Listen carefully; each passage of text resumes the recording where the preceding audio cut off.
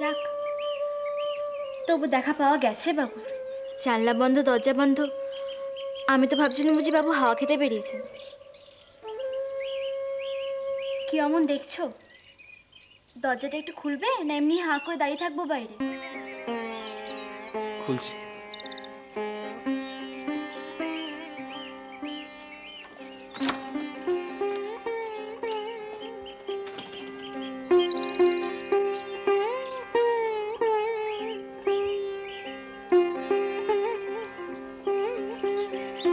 দরজাটা খোলা থাক।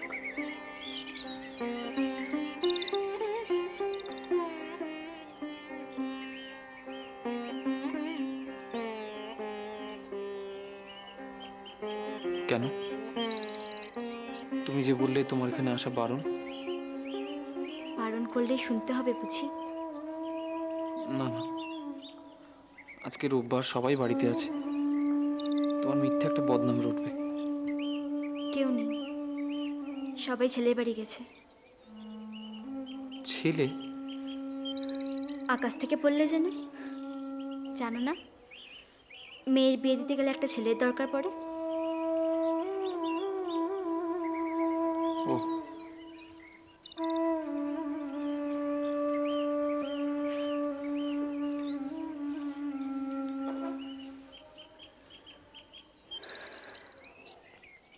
অমনি রাগ হয়ে গেল?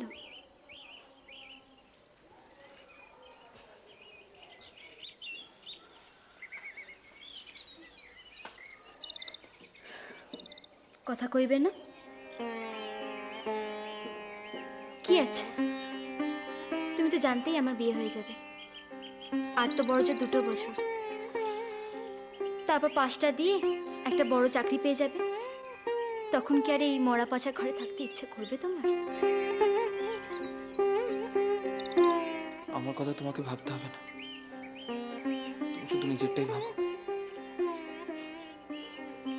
বাবা, এ তো একেবারে দুর্বাসা মুনির রাগ। আচ্ছা, মানছি, আমি না হয় এতদিন আসতে পারিনি। তা তোমার কি হয়েছিল গুরুমশাই? সকাল সন্ধ্যে খেতে গিয়ে একবারটিও উকি ঝুঁকি মারতে পারলে না?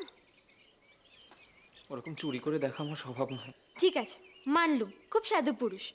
তো আমার জন্য যদি যে চুরি ডাকাতি করতেই বা কি এমন যেত আসতো তোমার? আমি বলে খালি দাঁড়ানোর ভেতরেতে ঘুরঘুর করতুম যদি বাবুর নজরে পড়ে। আর তুমি এমন ধারা মানুষ, মাথা নিচু করে খাচ্ছে তো খেয়েই যাচ্ছ।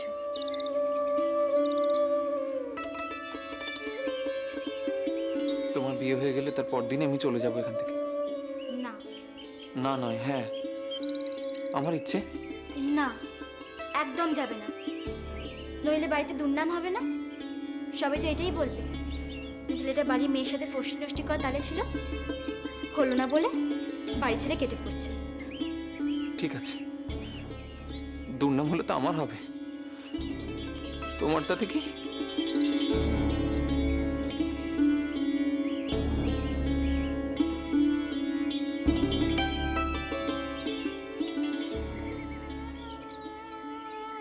এই যে তোমার বাবা মা তোমাকে ছেড়ে চলে গেলেন, তোমার কষ্ট হয়েছে নিশ্চয়, অনেক বড় কষ্ট। তবু তো তুমি সামলে নিয়েছো। আমার ব্যাপারটা এরকমই ভেবে নিও। আগামী 7ই অঘ্রাণ আমার আমার মৃত্যু দিন ধার্য হয়েছে।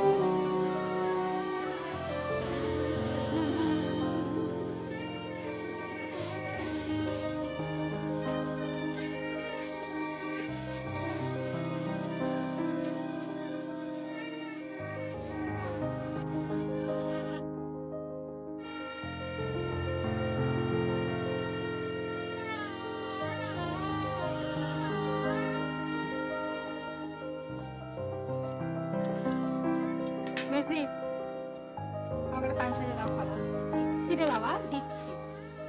ও ছোট বউ, তোমার মুখটা তো একেবারে ঢেলকি লাগিয়ে দিয়েছে গো। একাই সব খাটাখাটনি করছে, একাই 100। সেই তো, সেই লাজুক মুখচোরা পালিয়ে বেড়ানো ছেলেটা, তার শরীরে যে এত বল, এত উৎসাহ, কে জানতো বলো তো? আমি তো ভেবেছিলাম পাকা খুঁটিটা কেচে গেছে বলে ওর মনে একটু বেশি করে দুঃখ লাগবে। না মাসিমা, স্বর্ণ যেন একদম মায়ের মতন আঁচল দিয়ে আগলে রেখেছিল কমলকে, এখন সেই ঋণ শোধ করছে। যা বলেছো। কমলের মনটি বড় ভালো গো।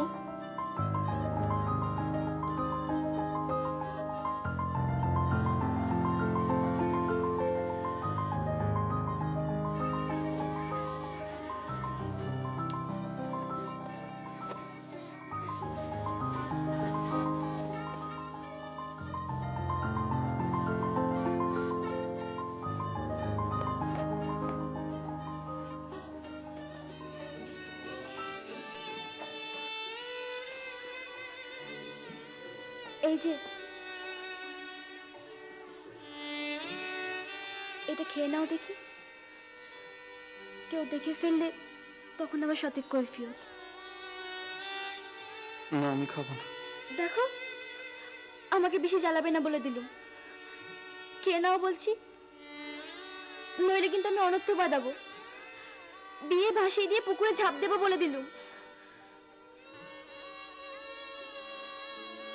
তুমি যে এক বিন্দু জল পর্যন্ত খাওনি, সে আমার খুব জানা আছে।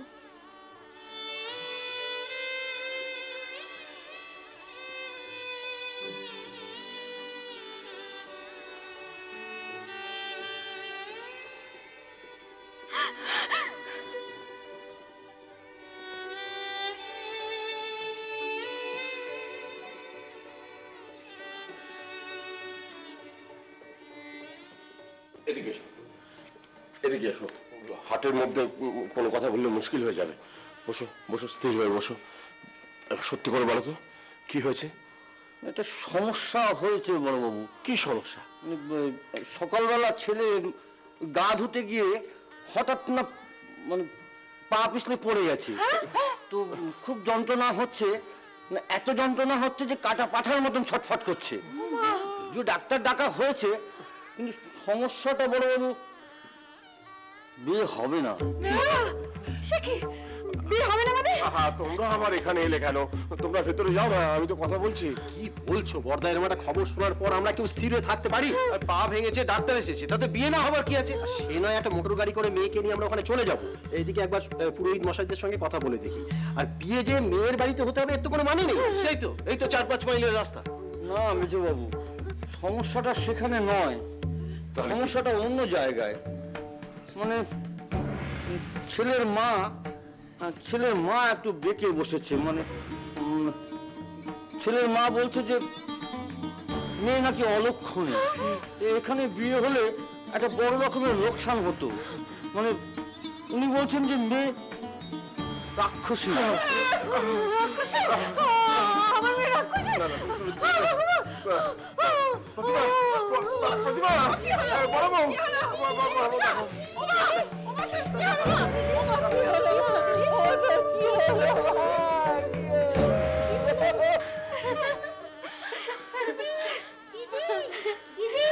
দিদি, তোমার বিয়ে হবে না, তুমি নাকি রাক্ষসী, বর আসবে না।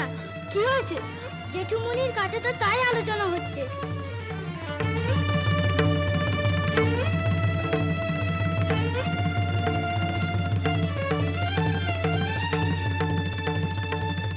বলো দিদি, কি হয়েছে? বাচ্চা কি বলছে? বলছি বাবা, সব বলছি, একটু দাঁড়া। তোমরা একটু ওখানে যাও বাবা। ছেলে পড়ে গিয়ে পা ভেঙে গেছে শোনা। ছেলের মা তোকে রাক্ষসী বলেছে। এ বিয়ে হবে না বাবা, এ বিয়ে হবে না। বাবা, তোমাদের পাড়াপড়শি কারোর ছেলে নেই? কিছু একটা করো, আমার মেয়েটা তো লগ্ন ভ্রষ্ট হবে। বর্দা বর্দা আমি বলছিলাম কি যে যজ্ঞেশ্বরকে দেখলে হয় না, বয়সটা একটু বেশি, ওই 40-40 হবে। আরে বাবা 40 হোক 60 হোক তাতে কিচ্ছু আসে যায় না, সে কর্মটা কি করে সেইটা দেখো। পোর্ট কমিশনারে চাকরি করে। না না তা হোক, কিন্তু ওর তো আগের পক্ষের একটা ছেলে আছে। আমার একমাত্র মেয়েকে আমি তোজ বাড়ি দেবো না। না না না না না নিশ্চয়ই না। কি করা যায়, একটা বুদ্ধি টুদ্ধি দে বাবা। আমি তো ভাবতেই পারছি না। বর্দা হ্যাঁ বল একটা কথা বলবো? বল বাবা। আমাদের কমলের সঙ্গে তো হতে পারে। হ্যাঁ, এখন হয়তো চাকরি বাকরি নেই, কিন্তু পরে তো হয়ে যাবে। না না, সে কি করে হয়? ওরা তো সম্পর্কে ভাই বোন।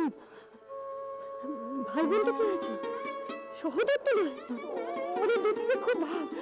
ওরকম একটা সোনার টুকরো ছেলে পেলে আমার মেয়ে পড়তে যাবে। ঠিক বলেছো বড় বউ, ঠিক বলেছো। এই দেখো হাতের কাছে এরকম একটা সোনার টুকরো ছেলে থাকতে আমরা সেরকম খুঁজে বেড়াচ্ছি। ঠিক বলেছো, ঠিক বলেছো। দেখছিও না কমল কোথায় গেল? শুধু দেখতো। দেখো কি কাণ্ড, হ্যাঁ? আমাদের মাথায় আসেনি, ভাগ্যিস বড় বউ বললো কতটা। কমল, এই তো তোমরা এখানে। আচ্ছা কমল কোথায় বলতে পারো? কমলকে দিয়ে কি করবে? পাঠাবে ওদের বাড়িতে? তাকে কেন পাঠাবো? যারা আমার ভাইজিকে রাক্ষসী বলে তাদের সঙ্গে কোনো সম্পর্ক নেই। ওই কমলকেই ছাদনাতলায় বসতে হবে।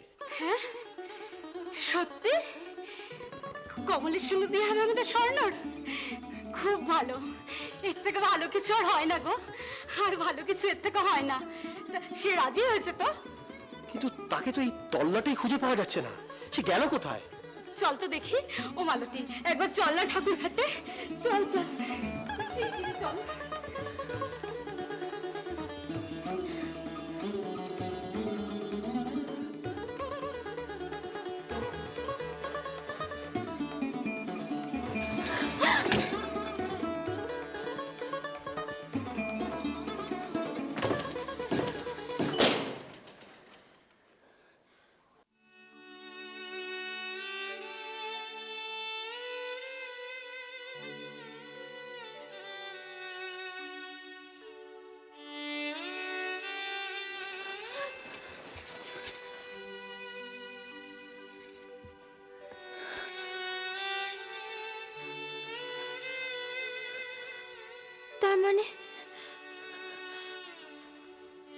তার মানে ও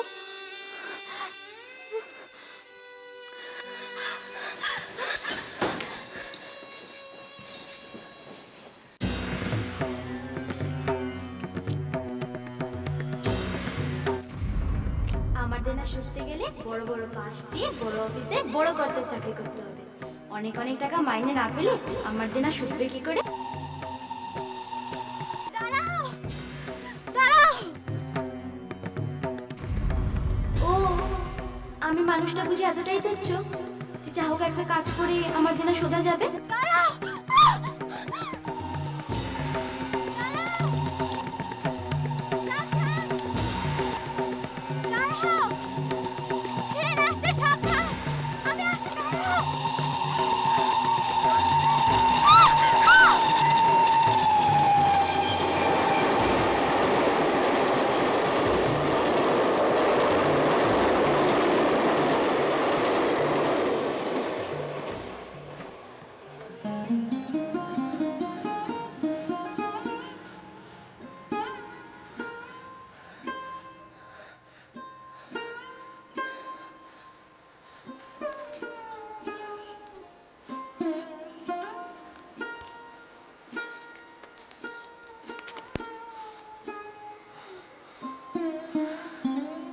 কি সর্বনেশে ছেলে রে বাবা তুমি!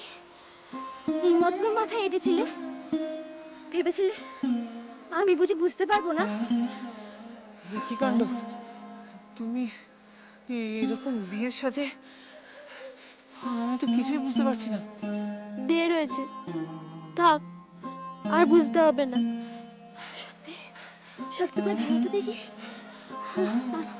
আমি আজ বলতে পারছি না। তোমার এখনো বিয়ে হয়নি? সেই সময়টা কখন পেরিয়ে যাবে তার হিসেবে করছিলে না? ওগো ঠাকুর, তুমি না গেলে কি আমার বিয়েতে বসার জো আছে? তার মানে আগে ছাদনাতলায় মালাটা বদল করে নাও আমার সঙ্গে, তারপর বুঝবে মানেটা। সত্যি কি সর্বনেশে ছেলে গো তুমি, বিয়ের আগেই আমাকে বিধবা করে দিতে বসেছিলে।